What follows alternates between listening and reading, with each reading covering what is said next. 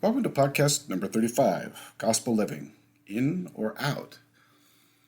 I am your host, Damon Soka. Now, up until now, this podcast has been focused on the difficulties of suffering a mental illness and also being a member of the Church of Jesus Christ of Latter-day Saints. I'm the first to admit that mental illness can and does seriously affect our ability to function within the gospel. Now, whether it is difficult spiritual communications, lack of desire, inability for us to function socially. Now, I think I've covered the topic fairly well in the last few episodes. There is no doubt in my mind that the gospel poses some challenges to someone who is suffering. But even with those challenges, the gospel actually provides the best environment for those who suffer mental illness. So while it may be difficult to live the gospel with a mental illness, it is by far even more difficult to live without the gospel. The gospel and the Church of Jesus Christ of Latter-day Saints is really the best place to be when you suffer with a mental illness. Now, I know that there might be a few of you out there who are quite skeptical about my conclusions. However, it has been my experience in life that those people who do their best, remain members of the church, and work to manage their illness within the boundaries of the gospel actually fare much better than those who do not. Now, I do realize that there are members of the church who are trying, who are doing what they can, who suffer, who do commit suicide, and still have great difficulties. And I really am not trying to minimize those problems with this podcast. I'm not saying that membership and everything that comes with it doesn't create some stress, and stress adds to the suffering. I do understand those points, and I actually have made them over the last many episodes of this podcast. What I am saying is that if you were to choose an environment where someone might find the support, stability, and, let's say, energy they need to manage their disorder, the Church of Jesus Christ of Latter-day Saints is actually one of the best. If you truly take an outward to inside look at the church and how it functions, the standards it espouses, the social stability it can provide, then even a professional in this industry would have to admit that they could not provide better for those who need help. I know that through the past episodes, I have noted several difficulties individuals face while living the gospel. I know these difficulties intimately and have faced them while a member of the church. Someone who is suffering is going to have difficulties living the gospel. However, if you remove the church or to walk away from the church because of those difficulties, you would not find that the difficulties would get any easier. In fact, they actually become far more increasingly difficult. Now, while we may not recognize it on a regular basis, or perhaps even at all, there are some unique things that occur as members of the church. More often than not, we do not recognize them until after we have strayed out from underneath the Lord's umbrella and found out for ourselves. Now, I like to talk about the Lord's umbrella rather than a hen and chicks metaphor. But in my mind, the symbols are the same. As members of the church who are trying to work through life based on gospel principles, given serious weaknesses, as long as we are trying, repenting, and working towards celestial life, we are actually promised some very unique blessings. The first of those blessings that often we don't really talk about are the ones under the Lord's protective umbrella. The Lord's umbrella is simply those blessings of protection from harm, spiritually and physically, based on the Lord's foreknowledge of Lucifer and the Lord's ability to direct our lives and the lives of others. This protective umbrella works to our advantage if we remain under its covering. Even if we struggle with hearing the Lord does have the ability to direct our lives away from experiences, people, events that would be damaging to us spiritually and physically. There is a protection by simply living the gospel that the Lord provides on a regular basis. Lucifer would attempt to make our lives far more miserable if he had the chance. But as long as we remain under the protection of the Lord can tailor these experiences that we have in this life and allow Lucifer to test and try us only to the point that the Lord desires. Now, the gospel provides this unique protection, and I don't think that we as natural men and women understand how much protection he really provides until we step out from under that umbrella. Even stepping out from under the umbrella, the Lord seems to watch after us for a time, hoping that we will return. However, if we don't, his protection can only last so long. Eventually, justice requires that the protective barrier be removed, and then the individual is placed in a position to feel the full force of the world and of Lucifer. Now, this protective barrier is not a one-size-fits-all type of protection. It is going to be tailored to the person and their needs. If you suffer from mental illness, then the Lord tailors his barrier to fit your needs and can, and often does, provide additional help that we don't even recognize as him. So when I say that living outside the gospel is a dangerous place, I mean that it is going to be detrimental to your health, mentally and physically. Within the boundaries of the gospel, the Lord can provide assistance to your needs and provide many things even without you directly asking for them. Now, what do I mean by that? I mean that throughout your day, the Lord can lessen the effects of the illness, really without you noticing it. You might think that you're just having a better day of it, but the reality is the Lord is providing for your additional help through the power of grace.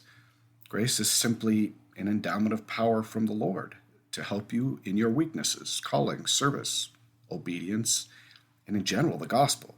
Its intent is to allow you to feel and see the blessings of living the gospel, to provide additional aid and support spiritually and physically, and to have the power to overcome difficulties you would not be able to on your own. There are certainly other benefits, but for today's episode, my pseudo-definition is going to suffice. The Lord can provide all manner of help, and I will say that he does in small and simple ways, so that you can still learn from your weaknesses without being overwhelmed by it. I know that this protection might not seem as real to someone who has lost a loved one due to suicide, drug abuse, and perhaps various other problems of mental illness. I guess the question is where was their protection? I have a personal belief that the protection always exists while we are trying to live the gospel, even when we are failing more than succeeding. I also understand that sometimes people walk out from under that protection without a full understanding and then find themselves in a road that seems to only have one end. One thing that is important to note is that the protective barrier of the Lord must still allow for testing and trials. We cannot be fully insulated from evil or temptation, even if our experiences are tailored. The Lord must allow for full agency, not partial. So while we're under the protection, we are still going to feel some rain and wind once in a while. The one thing I can tell anyone who's wondering about the gospel and whether they should remain within the umbrella is that the possibility of managing the illness drops significantly the longer one is out from underneath the protection of the Lord.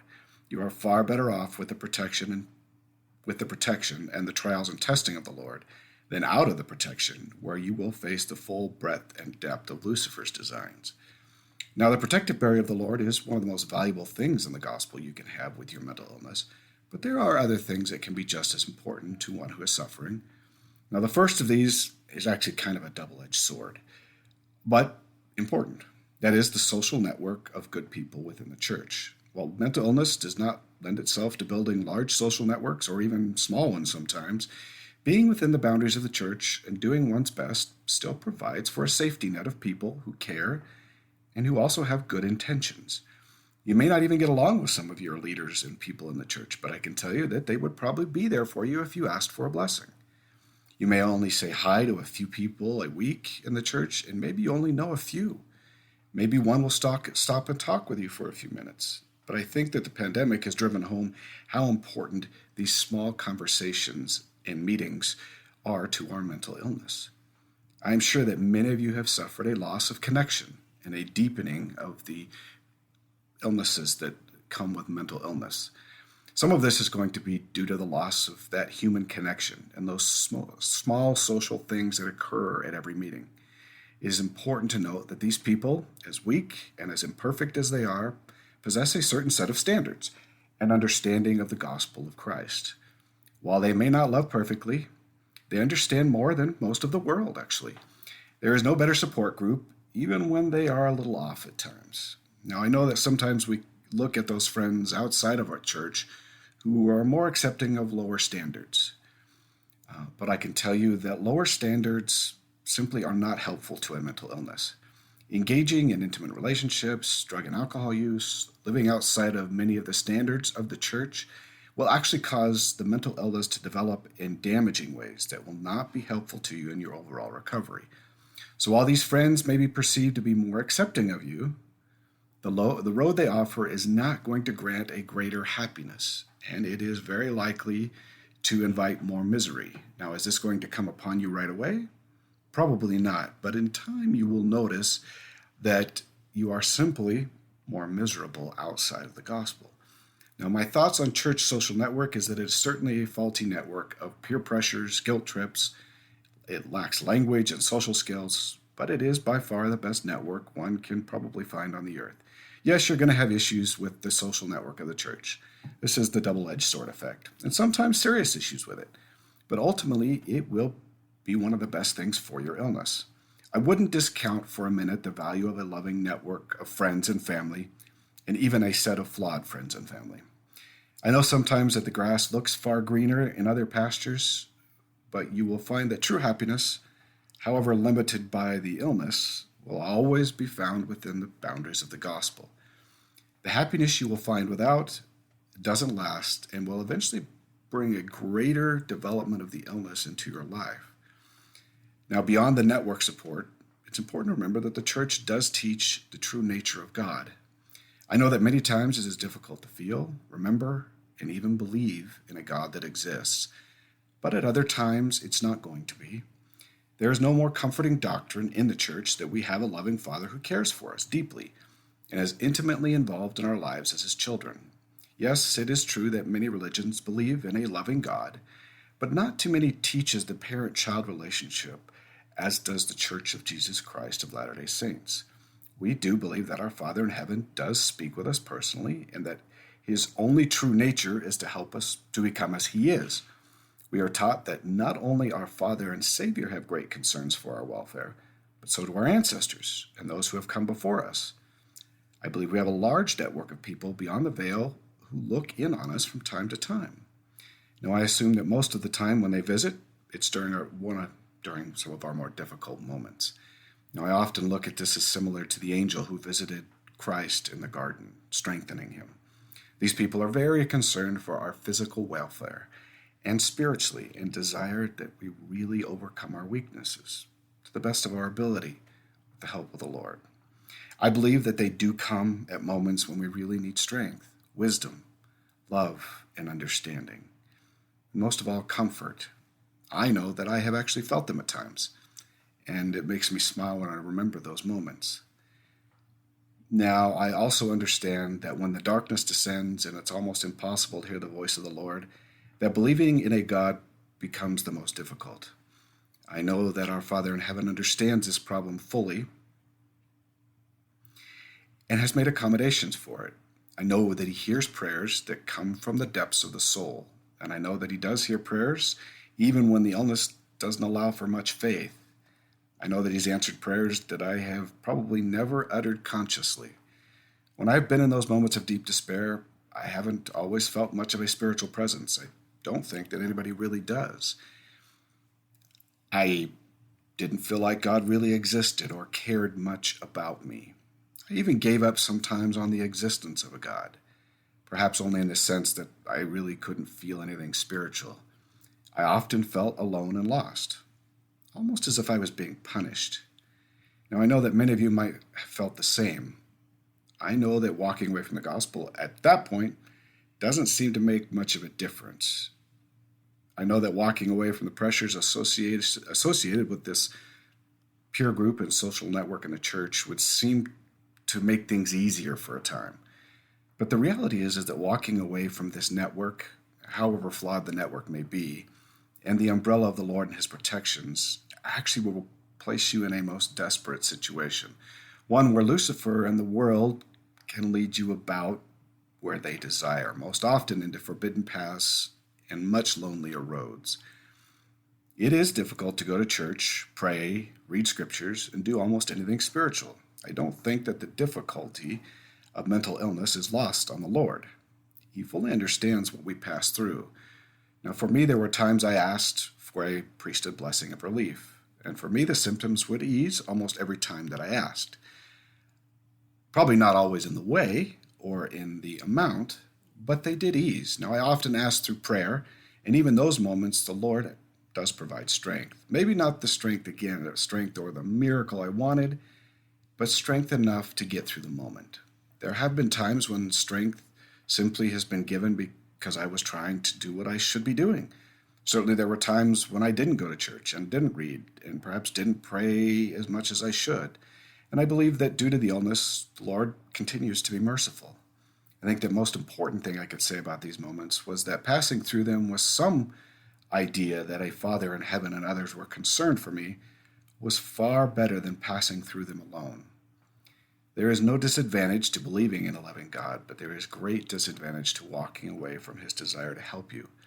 The reality is that while you might not be able to do those things you would like to do spiritually because the illness doesn't allow for it, the Lord doesn't punish anyone who is suffering and trying, even if trying means only a few short sentences of prayer before you go to sleep or when you wake up.